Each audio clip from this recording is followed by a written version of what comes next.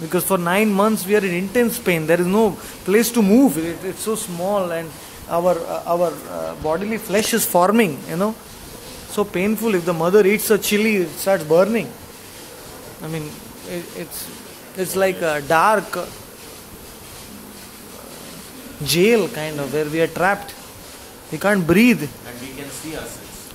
Yeah, I mean that we are unconscious. For the 7 months we are unconscious.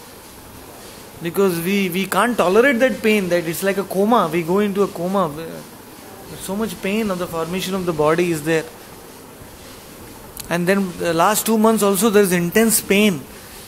So we are praying, relieve me, but we forget that. And it's so remarkable, and that is, according to the Vedas, that is known as Maya, which makes us forget. It's known as Maya. Like Maya is the exact opposite of Krishna. Like in other religions they have Satan and God, and Satan, devil. But there is no devil. According to the Vedas, there is nothing like a devil or a Satan. There is Maya. So Maya means that which is not. It makes us forget. It is not.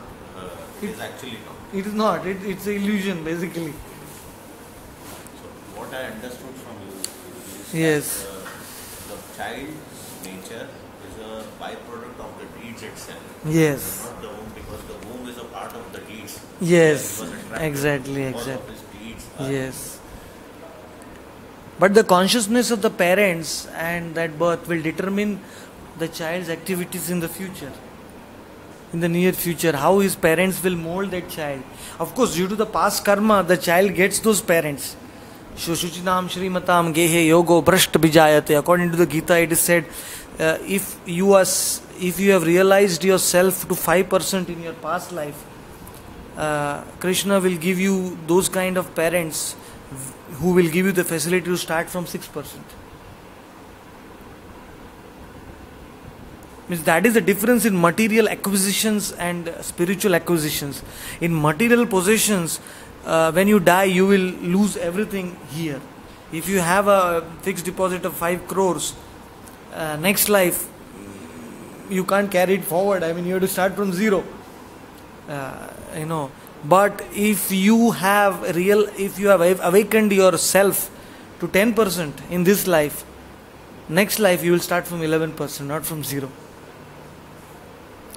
That is a great benediction offered in the Gita. Krishna says, Neha Bhikramanashosti Pratyavayo na vidyate Svalpamapyasya dharmasya trayato mahato bhayat. Krishna is saying that even if you do a little action spiritually in this life, it will not be a waste. a little one also. Even little. And what is that little? I mean, what can? Like right now, you are asking questions about yourself and higher questions which teachers and professors can't answer in this. You are asking the deeper questions. So this itself is like a start. You are accumulating those spiritual credits. From 1% you are going to 2%, and that will stay with you. And please also guide me if I say that I am not harming anyone. Yes. Is it also a spiritual action or is it not a spiritual action? If you're not harming anyone, is known as punya. It's punya. It is a materially pious action. It's piety basically. Punya means piety. In Sanskrit they call pious deeds. So, but they are not spiritual. They are material. Because they are related with the body, not with the soul. Because actually you can't harm the soul. The soul is indestructible basically. So when you are not harming someone, you are getting a positive reaction for that. You are getting a good return for that. And that is creating your spiritual punya, material punya. But the problem is, to experience the positive results of that positive punya, again you will have to take a birth.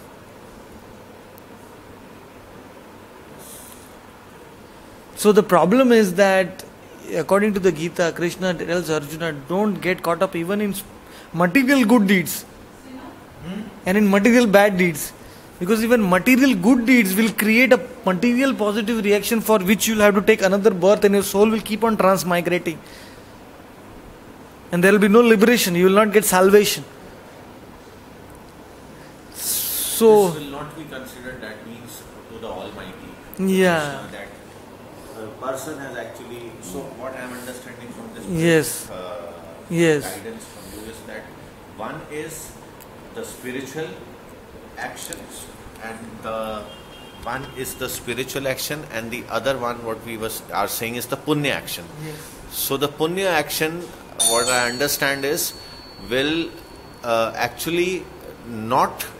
No, I am asking is that will the Almighty Krishna consider the punya action at all, or it will just go as a waste, and the spiritual action will only be the most powerful of all for him to determine our future? I mean to see the road ahead.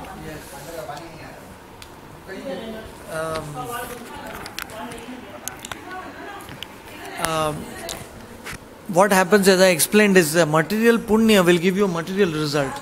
So what will happen is, because of material punya, the soul will get a more subtle and a more superior body in the heavenly planets, which they call as Swarga. You must have heard, Swarga vas ho gaya unka, wo chale gaya Swarg mein.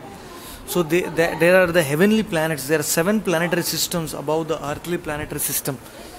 So there, when we perform good deeds, like we don't harm someone, we give somebody food, we give somebody help in any ways, we will get a life in a higher kind of a superior body, which is more subtler than this body, like earth, water, fire, air, ether. The body of the devatas, the demigods, they are known as demigods. They stay in the higher planets, devatas. So they have a body which is more of ether rather than earth. Our body is more of earth. These 5 elements, they have different permutations and combinations, and according to that, their bodies are formed. So if we perform a good deed in this world, we get a higher body of a devata, and we live a very, very enjoyable life there. There is no old age and no disease in the higher planets. But death is still there. Because as long as our quota of pious deeds, whatever deeds we perform, we get that much of a quota of enjoyment reserved for us. And that many years we stay there, and then when it's finished, we have to come back again to earth, or if we have bad deeds, we have to go down in the lower planets to suffer for them. So the bad deeds reactions, negative reactions are not cancelled by the good deeds. If you perform bad deeds, you have to suffer for that separately. If you perform good deeds, you have to enjoy for them separately.